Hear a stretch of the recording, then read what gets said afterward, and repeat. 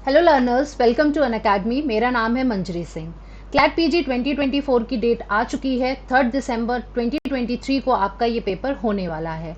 Constitutional law complete strategy के बारे में आज हम डिस्कस करेंगे। इतना तो आपको पता ही होगा कि कॉन्स्टिट्यूशनल लॉ किसी भी एग्जाम के लिए बहुत इंपॉर्टेंट है। ये एक मेजर रोल प्ले करता है। गर्मी का टाइम में अगर हम बात करें फलों का राजा आम होता है, तो उसी तरीके से लॉ सब्जेक्ट्स का राजा कौन है? कॉन्स्टिट्यूशनल लॉ है। इसकी इंपॉर्टेंस की अगर बात करें तो आपको पता है कि ये पेपर आपके लिए इतना इंपॉर्टेंट होता है कि हमारे इंडिया में जितने भी लेजिस्लेशंस बनते हैं उनका कंप्लायंस होना जरूरी होता है अकॉर्डिंग टू कॉन्स्टिट्यूशनल लॉ। अगर केल्सन की थ्योरी आपने पढ़ी होगी ज्यूरिस्प्रूडेंस में, प्योर थ्योरी ऑफ लॉ की जो बात करते हैं, तो वहां पर ग्रंड नॉर्म बताया गया है कॉन्स्टिट्यूशन को, कि कॉन्स्टिट्यूशन एक ग्रंड नॉर्म है जिससे सारे बाकी के लॉज निकलते हैं और उनका कंप्लायंस होना जरूरी होता है as per constitution of India. अगर वो इन कंप्लायंस नहीं रहेंगे तो इन दैट केस क्या होता है, उस लॉ को वॉइड डिक्लेयर किया जा सकता है। फर्दर मूविंग ऑन, अगर हम बात करें पूरी कंप्लीट स्ट्रैटेजी आपकी कैसी होगी, तो उससे पहले आप लोग हमारे चैनल पर अगर नए हैं और आपने अगर हमारी प्रीवियस वीडियो नहीं देखी है जिसमें मैंने बात करी थी कि 6 मंथ की स्ट्रैटेजी आपकी क्या रहेगी क्लैट पीजी 2024 को क्रैक करने के लिए, तो वो वीडियो जरूर देख लीजिएगा। उसी टाइम लिमिट को ध्यान में रखते हुए कि क्योंकि हमारे पास 6 मंथ्स हैं, तो हमको कॉन्स्टिट्यूशनल लॉ की तैयारी कैसे करनी है। यहाँ पर हम सबसे पहले क्या करेंगे, अपना एजेंडा मार्क करेंगे। आपको क्योंकि जब कम टाइम होता है तो यहाँ पर हम अंधेरे में तीर नहीं चला सकते हैं। हमारे लिए इम्पॉर्टेंट क्या होता है कि हम एक फॉर्मेट बनाएंगे जिसके अकॉर्डिंग हम अपना काम करेंगे। फिर हमको डेली बेसिस पर चेक भी करना पड़ेगा कि मैंने कितना टाइम टेबल फॉलो किया, कितना नहीं किया। मालूम है मुझे टाइम टेबल जनरली हम फॉलो नहीं कर पाते हैं, ये चीज़ें होती हैं, लेकिन टाइम टेबल बनाने से क्या होता है ना, एटलीस्ट आपको एक आइडिया लगता है कि क्या मैं मेरा टारगेट अचीव कर पा रहा हूँ या कर पा रही हूँ, मैं उसके कितना करीब हूँ, है ना। एक आइडिया तो लगेगा ना। और जब आप नहीं बनाओगे, प्लान नहीं करोगे चीज़ें, तो अनप्लान्ड चीज़ें कभी भी सक्सेसफुल नहीं होती हैं, स्पेशली जब आपके पास टाइम कम है। टाइम ज़्यादा हो कोई दिक्कत नहीं है, लेकिन टाइम यहाँ पर कम है तो आप रिस्क नहीं ले सकते हैं। If you have to crack this exam, तो सबसे पहले तो आपको इंपॉर्टेंस समझनी पड़ेगी कॉन्स्टिट्यूशनल लॉ की। कॉन्स्टिट्यूशनल लॉ से इस पेपर में काफ़ी सवाल आते हैं क्योंकि ये पेपर आपका एक पैसेज बेस्ड होता है। आपने कुछ रीसेंट पैटर्न देखे होंगे क्लैट पीजी के, तो यहाँ पर आप पैसेज बेस्ड सवाल आते हैं, ठीक। तो उसको ध्यान में रखते हुए हम सारी बातें करेंगे। आपका जो पहला काम होगा वो ये होगा प्रीवियस पेपर को एनालाइज करना। आप पिछले सारे पेपर को एनालाइज करेंगे। जब से ये पैटर्न चेंज हुआ है, ना सिर्फ तब के पेपर को बल्कि आप उससे पुराने पेपर्स को भी एनालाइज करेंगे। क्यों करेंगे? इससे रिलेटेड आपका सेकेंड टॉपिक है कि आपको यहाँ पर इंपॉर्टेंट टॉपिक्स नोट डाउन करने हैं। भाई तरीका हमारा बदल सकता है, ठीक है, हमारा पैटर्न चेंज हो सकता है, बट क्या हमारा कॉन्स्टिट्यूशन में आर्टिकल बदल जाएगा? क्या आर्टिकल 21 जो पहले था आज भी वही है? हाँ, हम ये कह सकते हैं कि लीडिंग डेवलपमेंट्स हुए हैं, कुछ रीसेंट डेवलपमेंट केस लॉस के होते रहते हैं आर्टिकल 21 में, तो वही तो चेंज हुआ है ना। बट क्या आर्टिकल 21 में जो लिखा हुआ था वो बदल गया है? ऐसा तो नहीं है। तो आपको यहाँ पर क्या करना है, आपको जितने भी क्लैट पीजी के पेपर हुए हैं, एटलीस्ट 10 ईयर्स की बात मैं करूं, आपको क्या करना है, आपको पेपर्स एनालाइज करने हैं और आपको इंपॉर्टेंट टॉपिक सॉर्ट आउट करके नोट डाउन कर लेना है। देन आपको क्या करना है, उस प्रोविजन को कवर करना है। ये मैं डिटेल में बात करूंगी, अभी मैं आपसे एक ओवरव्यू में बात कर रही हूँ।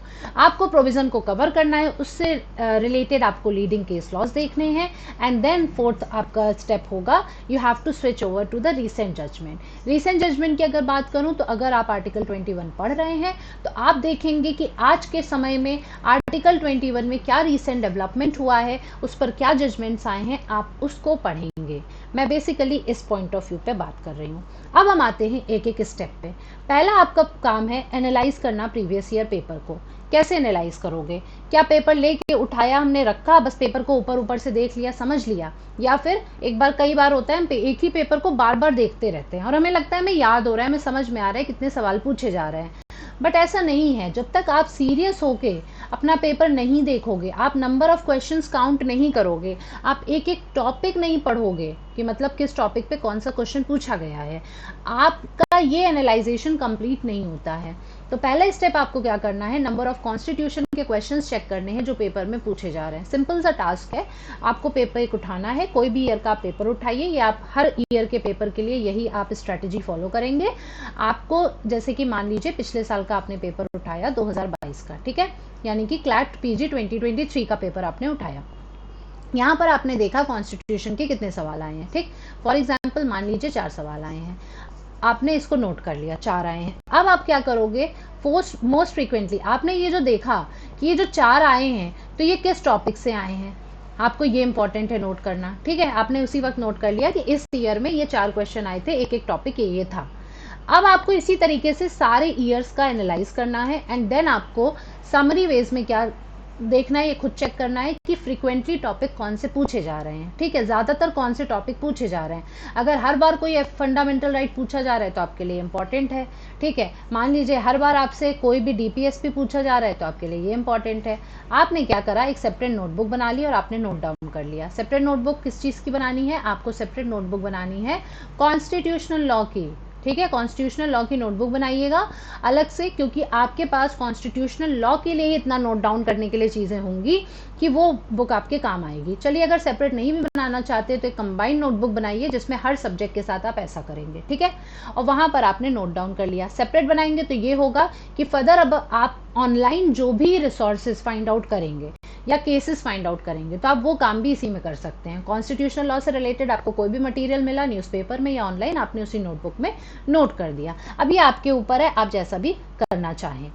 सेकेंड स्टेप जो हमने बात करी वो ये है कि आपको इंपॉर्टेंट टॉपिक्स नोट डाउन करने हैं, ठीक है। इंपॉर्टेंट टॉपिक्स नोट डाउन क्या किया, जब आपने सारे पेपर एनालाइज कर लिए हैं, आपने नंबर ऑफ क्वेश्चंस देख लिए कितने पूछे जा रहे हैं, अब आपने जब देख लिया फ्रीक्वेंटली कौन से क्वेश्चन पूछे जा रहे हैं तो आपने उन इंपॉर्टेंट टॉपिक्स की लिस्ट बना ली। अब सारे के टॉपिक्स जो आपने नोट किए थे वो सबको नहीं आप रखेंगे, सबको नहीं पढ़ेंगे आप, यहाँ पर इंपॉर्टेंट, क्योंकि आपके पास टाइम कम है, ठीक है। अब आपके पास सिर्फ 6 महीने हैं और 6 महीने आपको सिर्फ कॉन्स्टिट्यूशन तो नहीं पढ़ना है, आपको और भी सब्जेक्ट्स पढ़ने हैं। तो आप क्या करोगे, यहाँ पर आप सिर्फ और सिर्फ इंपॉर्टेंट टॉपिक्स का एक लिस्ट बनाओगे। जैसा कि एग्जाम्पल पे के तौर पे मैंने मेंशन कर दिया है कि आपने ये कुछ इंपॉर्टेंट टॉपिक्स फाइंड आउट कर लिए, जनरली होते भी हैं, आप ये ज़रूर पढ़िएगा। फंडामेंटल राइट्स हो गया, directive principle of state policy हो गया, लेजिस्लेचर, एग्जीक्यूटिव और जुडिशरी के सारे प्रोविजंस नहीं पढ़ने हैं, कुछ इंपॉर्टेंट प्रोविजंस पढ़े जाते हैं, वो आप देखेंगे किस तरह के सवाल पूछे जा रहे हैं। इन यूनियन और स्टेट्स के बीच में relation, this is very much important. इस पे जो बेस्ड आपकी डॉक्ट्रीन्स हैं वो पूछी जाती हैं, ठीक है। वो पूरा पैसेज दे दिया जाता है एंड देन उसके बाद पूछा जाता है कि कोर्ट का इंटरप्रिटेशन क्या था, जुडिशरी का, क्योंकि इंटरप्रिटेशन ही है बेसिकली इन डॉक्ट्रीन्स में, तो वो आपसे पूछा जाता है। फिर आपको इमरजेंसी प्रोविजन ज़रूर पढ़ने हैं, आपको अमेंडमेंट पढ़ना है क्योंकि एक क्रोनोलॉजी ऑफ केसेस हमें देखने को मिलती है यहाँ पर, और आपको पढ़ना है इन टॉपिक से रिलेटेड जो भी रिसेंट डेवलपमेंट हुआ है।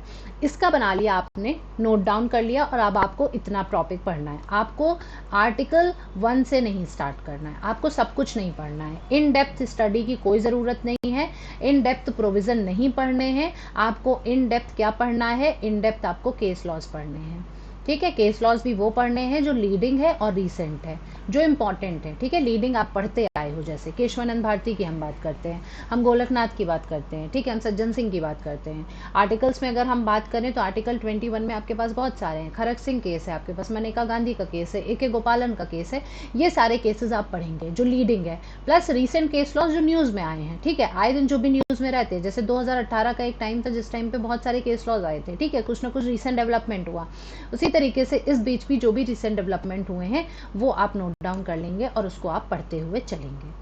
नेक्स्ट आपका जो टॉपिक होगा, नेक्स्ट स्टेप होगा, दैट वुड बी कि आपको प्रोविजन कवर करना है और लीडिंग केसेस, जो मैंने अभी बात करी। आपने प्रोविजन पढ़ा, ठीक है, आपने पूरा पढ़ लिया आर्टिकल 21। मैं एक ही आर्टिकल का इसलिए एग्जाम्पल लेके चल रही हूँ, समझना आसान रहेगा, ठीक है। आर्टिकल 21 पढ़ा। अब आप आर्टिकल 21 अगर बेयर एक्ट में देखोगे तो आपको खुद मालूम है कि सिर्फ एक लाइन लिखी हुई है, no person shall be deprived of his life and personal liberty except according to procedure established by law. क्या ये इनफ है? नहीं ना। आपको भी मालूम है कि आर्टिकल 21 में इंपॉर्टेंस किसकी है, केस लॉस की है, ठीक है। केस लॉस के थ्रू आर्टिकल 21 का इंपॉर्टेंस बढ़ा है, उसका इंटरप्रिटेशन इतना वाइड कोट करती चली गई कि आर्टिकल 21 की इंपॉर्टेंस ही बदल गई। आर्टिकल 21 पर एक अलग किताब है, बन सकती है, ठीक है। आर्टिकल 21 एक अलग रिसर्च का टॉपिक है, आर्टिकल 21 अपने आप में बहुत बड़ा है। तो इस वजह से आपको ध्यान क्या करना है कि पहले आपको प्रोविजन को समझना है, प्रोविजन कह क्या रहा है, और फिर उससे रिलेटेड लीडिंग केसेस आपको देखने हैं, जिसमें आप काम क्या करोगे। सबसे पहले आपको आर्टिकल पढ़ा आपने, ठीक है, जैसे यहाँ पर आपने क्या पढ़ा, आर्टिकल 21 पढ़ लिया कि हाँ बेयर एक्ट हमारी क्या कहती है, ठीक है। फिर आपने देखा क्या कोई अमेंडमेंट है, कुछ है, ये सब समझ लिया। फिर आपने केस लॉज देखे, ठीक, केस लॉज पुराने वाले समझ लिए, ठीक है। पूरी एक सीरीज हमने समझ ली जो भी हमारे केस लॉज आए हैं, और उसके बाद एक नया इंटरप्रिटेशन के थ्रू जो एनवायरनमेंट का टॉपिक आया, जो राइट टू प्राइवेसी आया उसमें, ठीक है, पैसिव स्मोकिंग की हम बात करते हैं, हम पेवमेंट ड्वेलर्स केस की बात करते हैं, बहुत सारे cases, an number of cases आपको देखने को मिलते हैं आर्टिकल 21 में, हमने वो पढ़ लिया। अब हमको उसकी क्रोनोलॉजी पे फोकस करना है। उसकी क्रोनोलॉजी पे फोकस करने का मतलब ये है कि आपको एक बेसिक अंडरस्टैंडिंग होनी चाहिए, आपको कॉन्सेप्ट समझना है, ठीक है। आपको ये नहीं है कि आपने रोट लर्निंग कर दी, हाँ आपने देख लिया, हाँ हाँ ठीक है चलो ये हुआ था कोई बात नहीं हमको समझ में आ गया। आपको एक्चुअल में समझना है कि आर्टिकल 21 का जो एक चेंज देखा गया है स्टार्टिंग से एंड तक, वो किस बेसिस पे देखा गया, आखिर क्यों ये बदलाव देखा गया।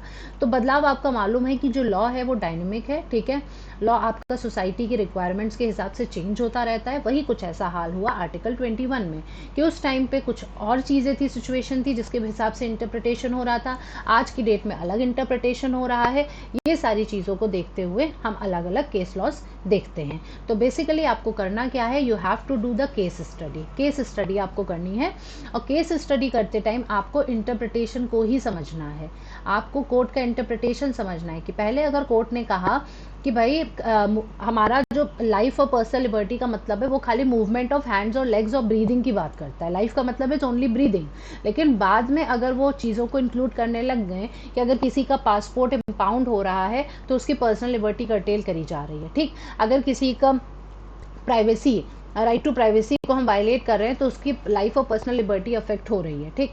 अगर हम किसी के यहाँ पर कुछ भी आपका अगर वो कोई आप एक्टिव स्मोकिंग कोई पर्सन कर रहा है और अगला पर्सन वहाँ पे बगल में खड़ा हुआ है हु इज़ अ जो कि पैसिव स्मोकिंग बेसिकली, ठीक है, उसका विक्टिम हो गया वो, तो आप उसकी लाइफ और पर्सनल लिबर्टी को अफेक्ट कर रहे हो, ठीक है। पेवमेंट ड्वेलर्स जो होते हैं भले उनके रहने की वो जगह नहीं है, वो उस पर अथॉरिटी नहीं है, बट अगेन अगर वो रहते आ रहे हैं तो आप उनकी लाइफ एंड पर्सनल लिबर्टी को अफेक्ट कर रहे हो। तो इसी तरीके के काफ़ी हमें डेवलपमेंट्स देखने को मिलते हैं, ये आपको समझना है, ठीक। नेक्स्ट आते हैं हम रीसेंट जजमेंट्स के ऊपर। अब आपने क्या किया, आपने लीडिंग केस लॉ समझ लिए, लास्ट केस तक हमने समझ लिया कि जो भी आर्टिकल 21 में हुआ है। अब हमने क्या किया, अब हम रीसेंट जजमेंट पे जाएंगे कि क्या इस केस के बाद कोई रीसेंट डेवलपमेंट देखा गया, जैसे कि राइट टू इंटरनेट भी देखा गया है ना, राइट टू इंटरनेट भी देखा गया कि भाई आज की डेट में तो इंटरनेट तो बहुत इंपॉर्टेंट है, बिना इंटरनेट के तो कुछ हो ही नहीं रहा है। जैसे रोटी कपड़ा मकान की हम बात करते हैं बेसिक नेसेसिटी की, वैसे रोटी कपड़ा मकान के साथ आज इंटरनेट भी इम्पॉर्टेंट है। तो आपका इंटरनेट भी आ गया आर्टिकल 21 में।